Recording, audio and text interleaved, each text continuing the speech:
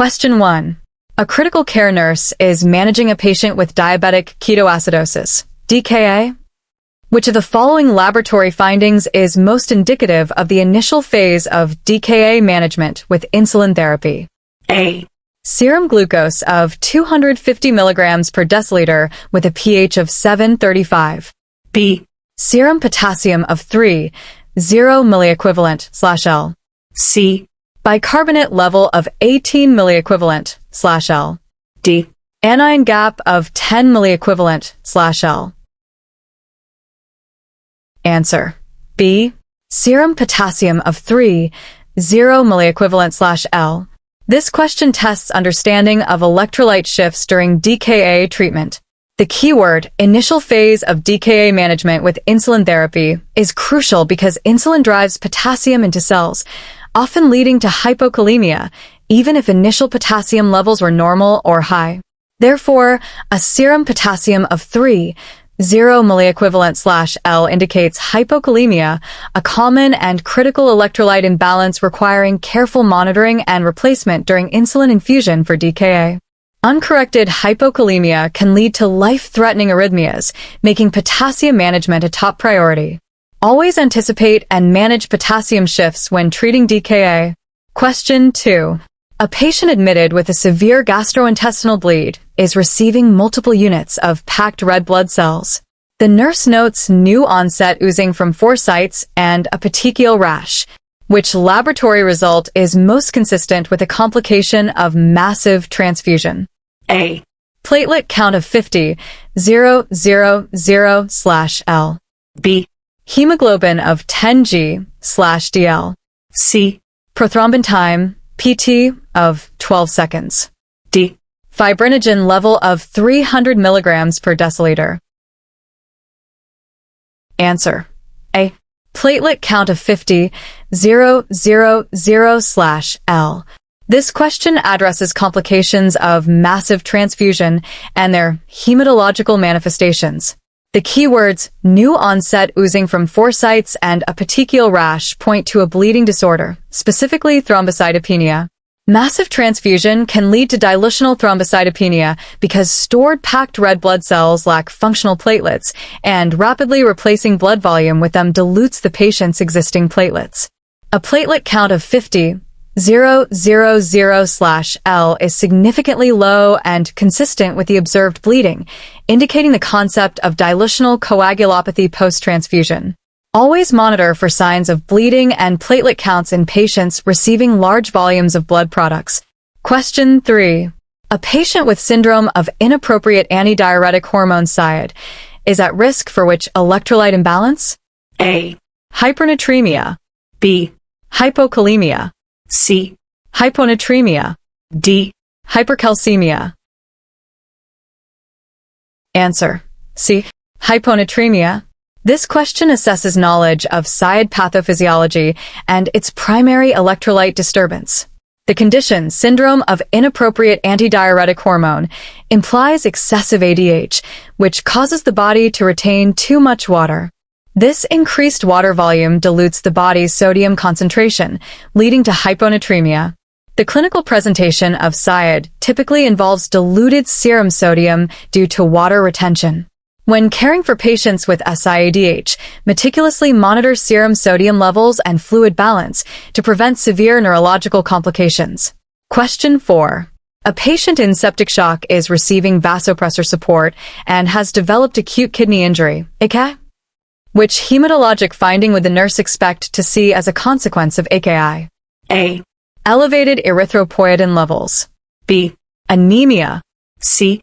Thrombocytosis. D. Polycythemia. Answer. B. Anemia. This question links acute kidney injury to its common hematologic sequelae. The keyword consequence of AKI directs attention to the systemic effects of kidney dysfunction. The kidneys produce erythropoietin, a hormone essential for red blood cell production. In AKI, kidney function is impaired, leading to decreased erythropoietin synthesis, which in turn causes anemia due to reduced red blood cell production. Patients with severe AKI often require blood transfusions due to their inability to produce enough red blood cells. Remember that impaired kidney function directly impacts the body's ability to produce red blood cells, leading to anemia. Question 5. A critically ill patient presents with unexplained hyperglycemia, polyuria, and polydipsia. The nurse suspects new-onset diabetes insipidus (DI). Which laboratory test would be most helpful in confirming this diagnosis? A. Fasting blood glucose. B. Serum osmolality and urine osmolality. C. Glycosylated hemoglobin HbA1c. D. Serum creatinine. Answer. B. Serum osmolality and urine osmolality. This question focuses on diagnosing diabetes insipidus, a condition characterized by water balance issues. The symptoms hyperglycemia, polyuria, and polydipsia are important, but in the context of DI, polyuria and polydipsia are the primary clues, with hyperglycemia being a potential confounding factor or concurrent issue. Diabetes insipidus involves either a lack of ADH or kidneys unresponsive to ADH, leading to the excretion of large volumes of dilute urine. Measuring both serum and urine osmolality helps differentiate DI. Patients with DI will have high serum osmolality, concentrated blood E, and low urine osmolality, dilute urine, because they cannot concentrate their urine. This contrast is the hallmark diagnostic finding for DI. Question 6. A patient with adrenal insufficiency is experiencing an adrenal crisis. Which of the following is the priority nursing intervention? A. Administer intravenous insulin. B. Administer intravenous corticosteroids. C. Initiate a fluid restriction. D. Administer oral glucocorticoids. Answer. B. Administer intravenous corticosteroids. This question emphasizes the priority intervention for an adrenal crisis, a life-threatening endocrine emergency. The keyword adrenal crisis immediately signals the need for rapid, definitive treatment to replace the critically low cortisol levels. Intravenous corticosteroids, such as hydrocortisone, are essential to reverse the profound shock and electrolyte imbalances characteristic of an adrenal crisis. Delaying this treatment can have fatal consequences. Always prioritize rapid administration of 4 corticosteroids in suspected adrenal crisis. Question 7. A patient with hyperthyroidism is experiencing thyroid storm. Which clinical manifestation is most concerning and requires immediate intervention? A. Fine tremor of the hands.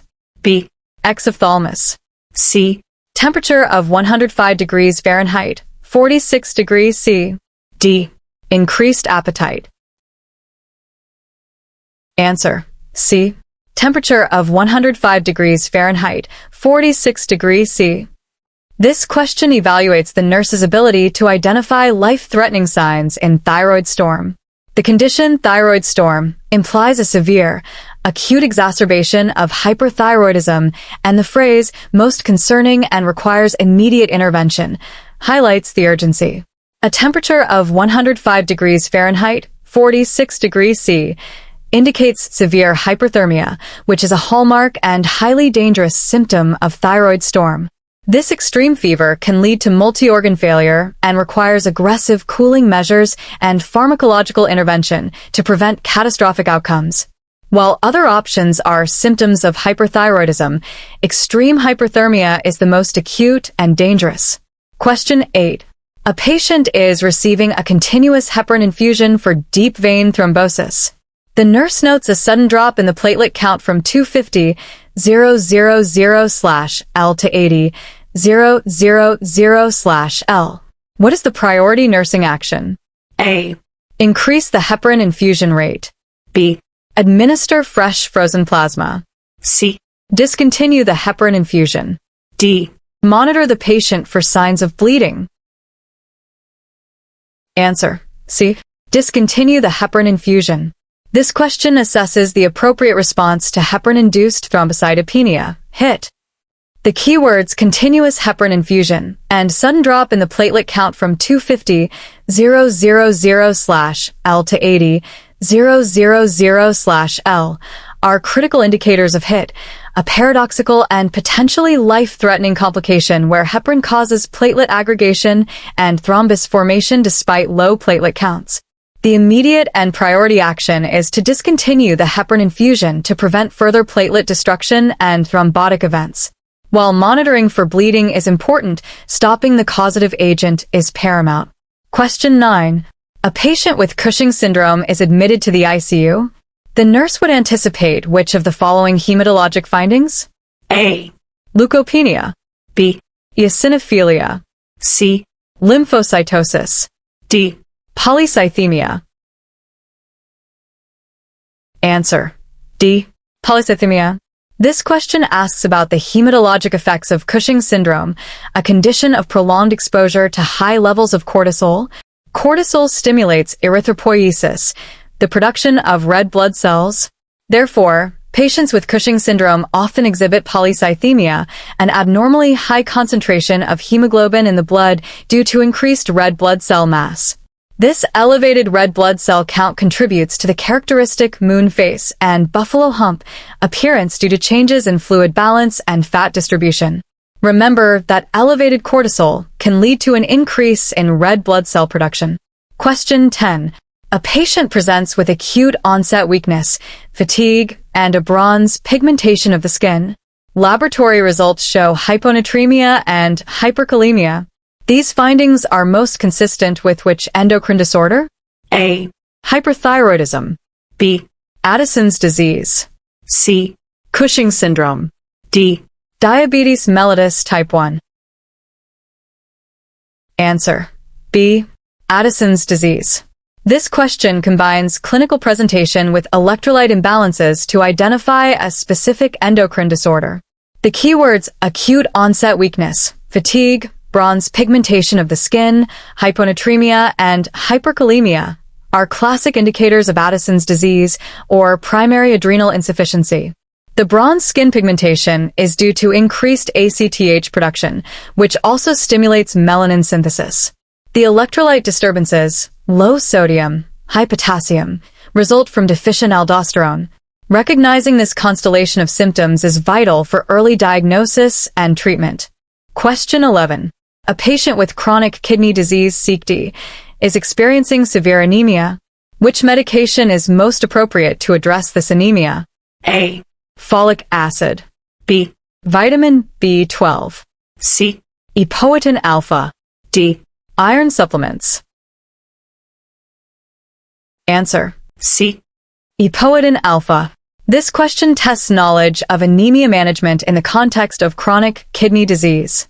The keyword chronic kidney disease is crucial because damaged kidneys fail to produce sufficient erythropoietin, the hormone that stimulates red blood cell production. Epoetin alpha is a recombinant human erythropoietin, which directly addresses the underlying cause of anemia in CKD by stimulating the bone marrow to produce more red blood cells. While other options might be used for different types of anemia, Epoetin alpha is specifically targeted for anemia of chronic kidney disease. Question 12. A critical care nurse is assessing a patient with newly diagnosed pheochromocytoma. Which endocrine-related hemodynamic finding is most characteristic of this condition? A. Profound hypotension. B. Persistent hypertension resistant to conventional treatment. C. Bradycardia. D. Central venous pressure, CVP, of 2 millimeters of mercury. Answer. B. Persistent hypertension resistant to conventional treatment. This question focuses on the classic hemodynamic presentation of pheochromocytoma. The condition pheochromocytoma refers to a tumor of the adrenal medulla that secretes excessive catecholamines, epinephrine and norepinephrine. These hormones cause vasoconstriction and increased heart rate, leading to severe and often persistent hypertension that is difficult to manage with standard antihypertensive medications. Recognizing this hallmark sign is essential for identifying this potentially life-threatening but surgically curable cause of hypertension. Question 13. A patient with severe sepsis develops disseminated intravascular coagulation (DIC). Which laboratory finding is most consistent with DIC? A. Elevated platelet count. B. Decreased D-dimer. C. Prolonged PT/PTT. D. Normal fibrinogen levels. Answer. C. Prolonged PT/PTT. This question asks about the characteristic laboratory findings in disseminated intravascular coagulation (DIC). DIC is a complex condition involving widespread activation of coagulation, leading to both thrombosis and hemorrhage. The keyword severe sepsis develops disseminated intravascular coagulation (DIC) indicates a critical situation. In DIC, clotting factors are consumed rapidly, resulting in prolonged prothrombin time, PT, and partial thromboplastin time, PTT, reflecting impaired clotting. This is a critical indicator of DIC and differentiates it from other coagulation disorders. Question 14. A patient is admitted with a severe head injury and develops polyuria with a urine output of 500 milliliters per hour, despite being hypotensive. The urine-specific gravity is 1002. This presentation is most consistent with which endocrine-related disorder? A. SIADH. B. Diabetes mellitus. C. Central diabetes insipidus. D. Myxedema coma. Answer: C. Central diabetes insipidus. This question requires linking a specific clinical scenario, severe head injury, polyuria, hypotension, and very dilute urine, to an endocrine disorder. Severe head injury is a common cause of central DI due to damage to the hypothalamus or posterior pituitary. The polyuria with a urine output of 500 milliliters per hour and an extremely low urine-specific gravity of 1002 are classic signs of the kidney's inability to concentrate urine, even in the presence of hypotension, which should normally trigger ADH release. Central diabetes insipidus occurs when the body fails to produce sufficient ADH, leading to excessive water loss through the kidneys. Question 15. A patient with diabetic ketoacidosis, DKA, has a blood glucose of 700 milligrams per deciliter, pH 7, 10, and bicarbonate of 8 milliequivalent/L. The nurse anticipates administering insulin. Which type of insulin is appropriate for intravenous infusion in this emergency? A. NPH insulin. B. Glargine insulin. C. Regular insulin. D. Insulin detamir. Answer: C. Regular insulin. This question focuses on the appropriate insulin therapy for diabetic ketoacidosis. The keywords diabetic ketoacidosis, DKA, and intravenous infusion in this emergency are key. In DKA, rapid-acting insulin is required to quickly lower blood glucose and reverse acidosis. Regular insulin is the only type of insulin that can be administered intravenously and is the standard for managing DKA due to its rapid onset and ability to be titrated continuously. Administering any other type of insulin intravenously would be inappropriate and unsafe in this critical situation. Question 16. A critical care nurse is monitoring a patient with acute pancreatitis. Which electrolyte imbalance is frequently associated with acute pancreatitis due to impaired fat absorption and calcium saponification? A. Hypernatremia. B. Hypocalcemia. C. Hyperkalemia. D. Hypomagnesemia. Answer: B. Hypocalcemia. This question addresses a common electrolyte imbalance seen in acute pancreatitis. The keyword acute pancreatitis is the focus, and the phrase impaired fat absorption and calcium saponification provides the direct physiological reason. In acute pancreatitis, digestive enzymes leak into the abdominal cavity, leading to fat necrosis. The fatty acids released bind with serum calcium to form soaps, saponification, effectively lowering the free calcium levels in the blood, causing hypocalcemia. This can be a serious complication leading to cardiac arrhythmias and tetany. Question 17. A patient with Graves' disease is scheduled for a thyroidectomy. Preoperatively, the nurse expects to administer medications to achieve a euthyroid state and prevent thyroid storm. Which medication class is primarily used for this purpose? A. Beta blockers alone. B. Iodine solutions, e.g., Lugol solution. C. Antithyroid medications, e.g., propylthiouracil, methimazole. D. Corticosteroids. Answer: C. Antithyroid medications, e.g., propylthiouracil, methimazole. This question asks about preoperative management for thyroidectomy in a patient with Graves' disease, specifically focusing on preventing thyroid storm. The keywords preoperatively and prevent thyroid storm highlight the goal. Antithyroid medications like propylthiouracil, PTU, or methimazole reduce the production of thyroid hormones, thereby bringing the patient to a euthyroid, normal thyroid function state. This is crucial to minimize the risk of a life-threatening thyroid storm during surgery. While other medications like beta blockers might be used for symptom control, antithyroid drugs directly address the hormone overproduction. Question 18. A patient with a history of bariatric surgery develops macrocytic anemia, peripheral neuropathy, and glossitis. Which deficiency is most likely causing these symptoms? A. Iron.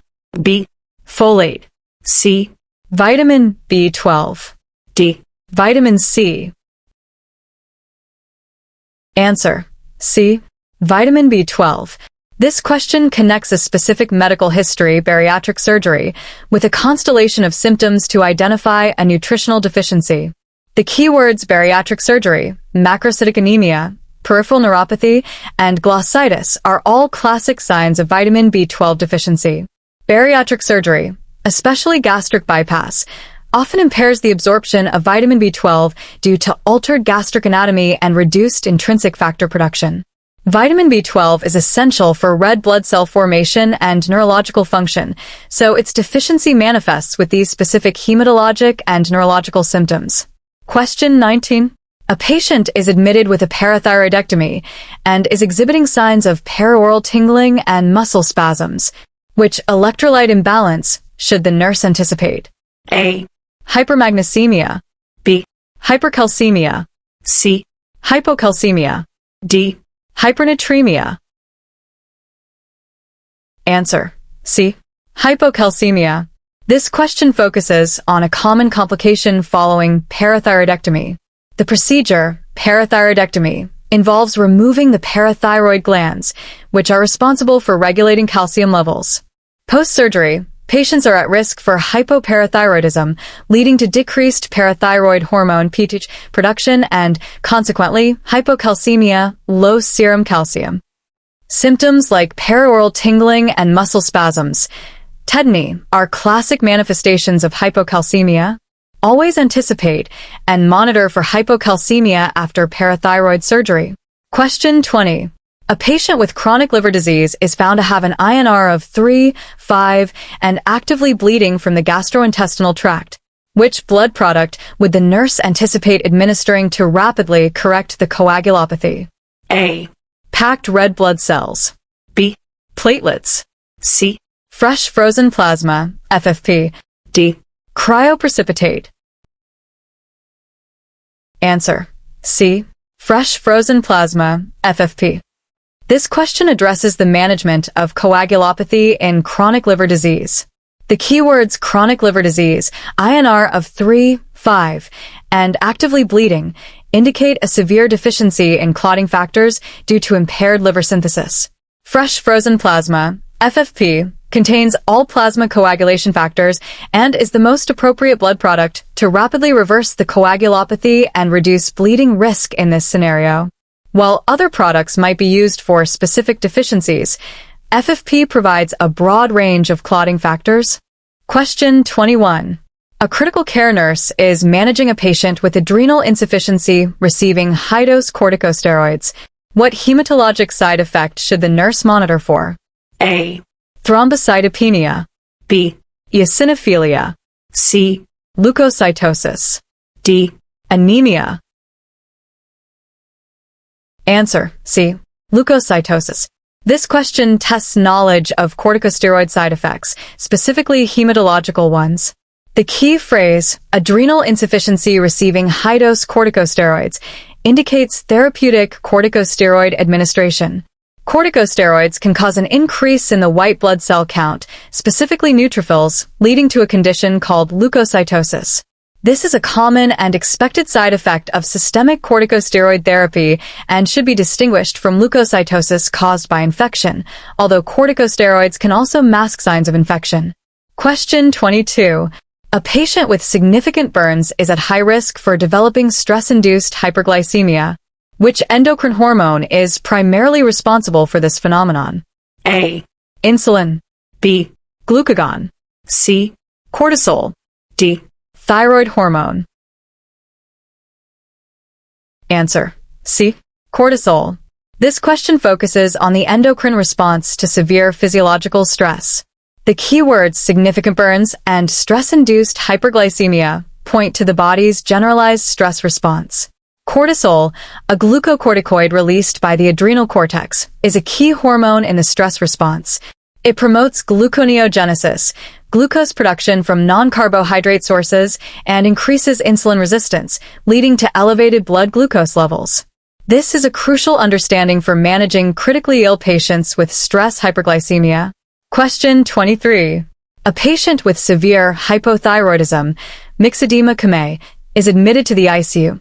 The nurse should anticipate which of the following regarding hematologic status? A. Polycythemia. B. Thrombocytosis. C. Anemia. D. Leukocytosis. Answer: C. Anemia. This question addresses the hematologic implications of severe hypothyroidism. In myxedema coma, which represents severe, untreated hypothyroidism, there is a generalized slowing of metabolic processes, including hematopoiesis. This can lead to decreased erythropoietin production and a reduced bone marrow response, resulting in anemia. Hypothyroidism can cause various types of anemia, including normocytic, normochromic anemia, and sometimes macrocytic anemia. Therefore, anemia is a common finding in severe hypothyroidism. Question 24. A nurse is caring for a patient experiencing a severe hypoglycemic episode. Which endocrine hormone rapidly increases blood glucose levels by stimulating glycogenolysis and gluconeogenesis? A. Insulin. B. Somatostatin. C. Glucagon. D. Epinephrine. Answer: C. Glucagon. This question evaluates the understanding of glucose-regulating hormones, particularly in the context of hypoglycemia. The keywords severe hypoglycemic episode and rapidly increases blood glucose levels by stimulating glycogenolysis and gluconeogenesis directly point to the primary function of glucagon. Glucagon, produced by the alpha cells of the pancreas, counteracts insulin by raising blood glucose levels through the breakdown of glycogen glycogenolysis and the formation of new glucose, gluconeogenesis. This makes it a crucial rescue hormone for severe hypoglycemia. Question 25. A patient with a suspected adrenal mass is experiencing episodic hypertension, tachycardia, and palpitations, elevated levels of which urinary metabolite would support a diagnosis of pheochromocytoma? A. Vanillomandelic acid, VMA. B. 17 ketosteroids. C. Cortisol. D. Aldosterone. Answer: A. Vanillomandelic acid, VIM. This question tests knowledge of diagnostic markers for pheochromocytoma. The symptoms episodic hypertension, tachycardia, and palpitations are classic for pheochromocytoma, which involves the overproduction of catecholamines. Vanillomandelic acid, VIM, is a major urinary metabolite of epinephrine and norepinephrine. Elevated levels of VMA in a 24-hour urine collection are a key diagnostic indicator for pheochromocytoma, confirming excessive catecholamine secretion. This metabolic product helps confirm the suspicion raised by the patient's symptoms. Question 26. A patient with a massive transfusion protocol is started.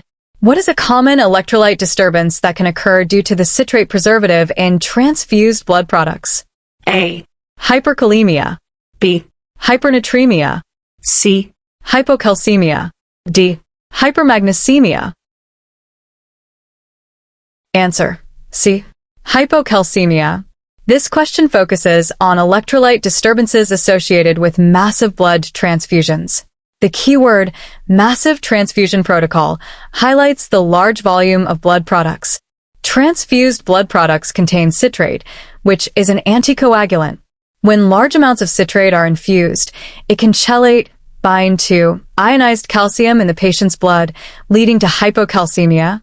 This effect is more pronounced with rapid and massive transfusions, as the liver may not be able to metabolize the citrate fast enough.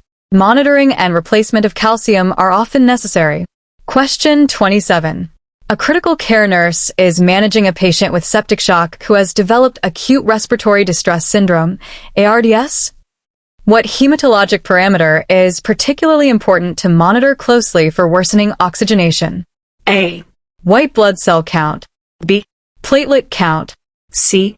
Hemoglobin level. D. Prothrombin time, PT.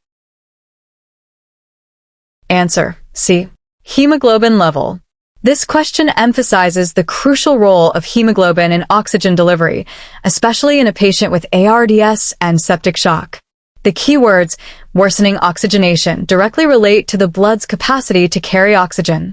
Hemoglobin is the primary transporter of oxygen in the blood, and maintaining an adequate hemoglobin level is essential for ensuring sufficient oxygen delivery to tissues, particularly when lung function is compromised as in ARDS. Even small drops in hemoglobin can significantly impair oxygenation and tissue perfusion. Question 28. A patient is being treated for a severe bacterial infection and develops a rapidly progressive skin necrosis, thrombosis, and a severe deficiency in protein C. This presentation is highly suggestive of which hematologic complication, often triggered by severe infection? A. Hemophilia. B. Disseminated intravascular coagulation. D. C. Immune thrombocytopenic purpura, IDP. D. Thrombotic thrombocytopenic purpura, TT. Answer: B. Disseminated intravascular coagulation, DIC. This question presents a complex clinical picture indicative of disseminated intravascular coagulation, DIC. The keywords severe bacterial infection, rapidly progressive skin necrosis, thrombosis, and severe deficiency in protein C collectively point to DIC. Severe infection sepsis is a common trigger for DIC, and protein C deficiency exacerbates the procoagulant state. DIC is characterized by widespread microvascular thrombosis, leading to skin necrosis and organ damage, along with consumption of clotting factors and platelets, eventually leading to bleeding. Question 29. A patient with chronic glucocorticoid use for an autoimmune disorder is scheduled for major surgery. The nurse understands the patient is at risk for adrenal crisis postoperatively.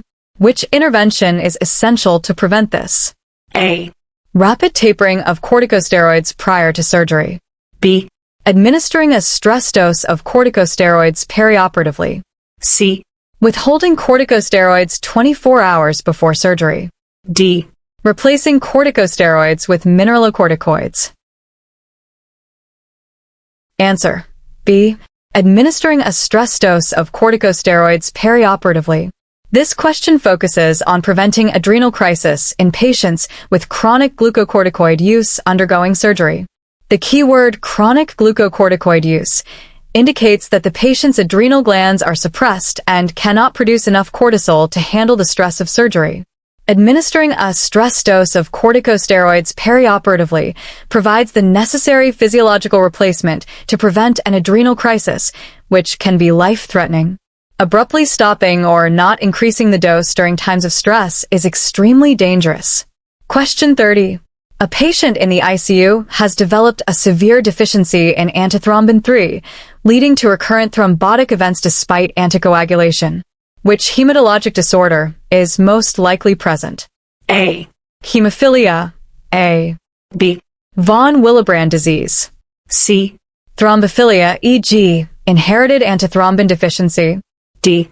Sickle cell anemia. Answer: C.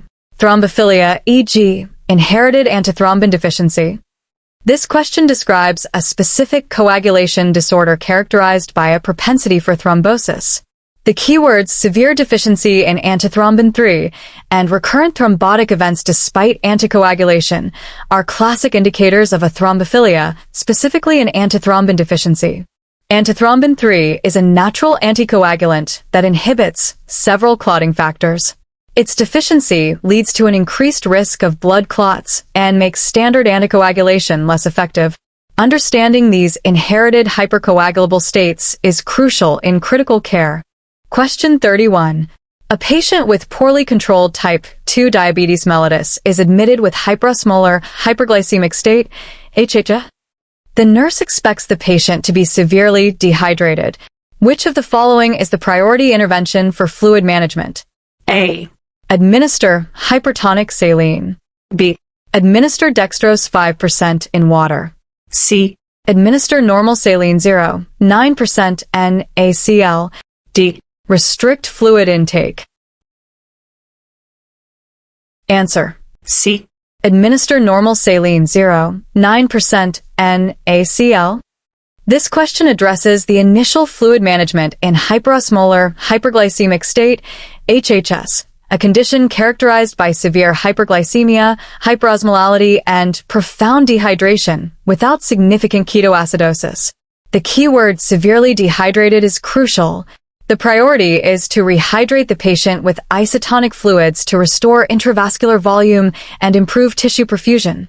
Normal saline 0.9% NaCl is the initial fluid of choice for correcting severe dehydration in HHS, as it effectively expands the extracellular fluid volume. Question 32.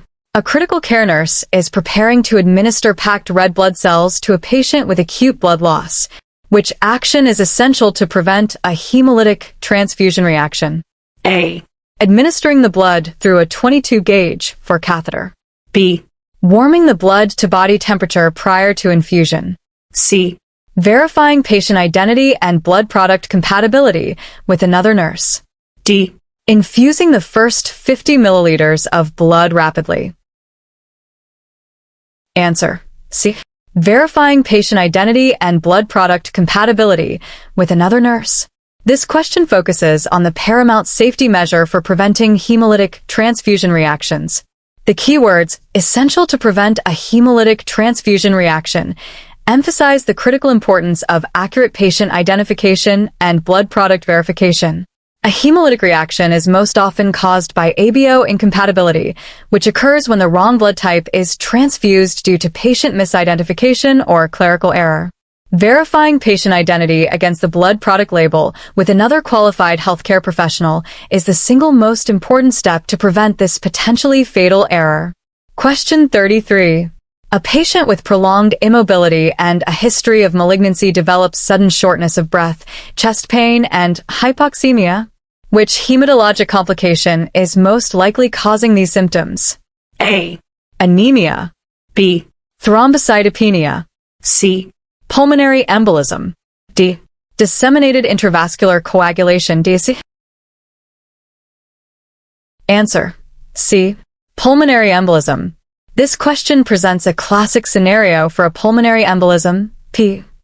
The keywords prolonged immobility, history of malignancy, sudden shortness of breath, chest pain, and hypoxemia are all strong risk factors and symptoms of P. Prolonged immobility and malignancy increase the risk of deep vein thrombosis, DVT, and a P occurs when a thrombus, blood clot, breaks off and travels to the lungs, obstructing pulmonary circulation. This is a critical diagnosis in the acute care setting. Question 34. A patient is receiving continuous renal replacement therapy, CRRT, and is also on a heparin drip for anticoagulation. The nurse observes petechiae, purpura, and new-onset epistaxis. The patient's APTT is significantly prolonged. Which action is most appropriate? A. Increase the heparin drip rate. B. Administer vitamin K. C. Discontinue the heparin drip. D. Administer protamine sulfate. Answer. C. Discontinue the heparin drip. This question describes signs of active bleeding and excessive anticoagulation in a patient on heparin. The keywords petechiae, purpura, and new-onset epistaxis, combined with APTT is significantly prolonged, clearly indicate that the patient is over-anticoagulated and is experiencing bleeding due to the heparin. The most appropriate immediate action is to discontinue the heparin drip to prevent further bleeding and allow the coagulation system to recover.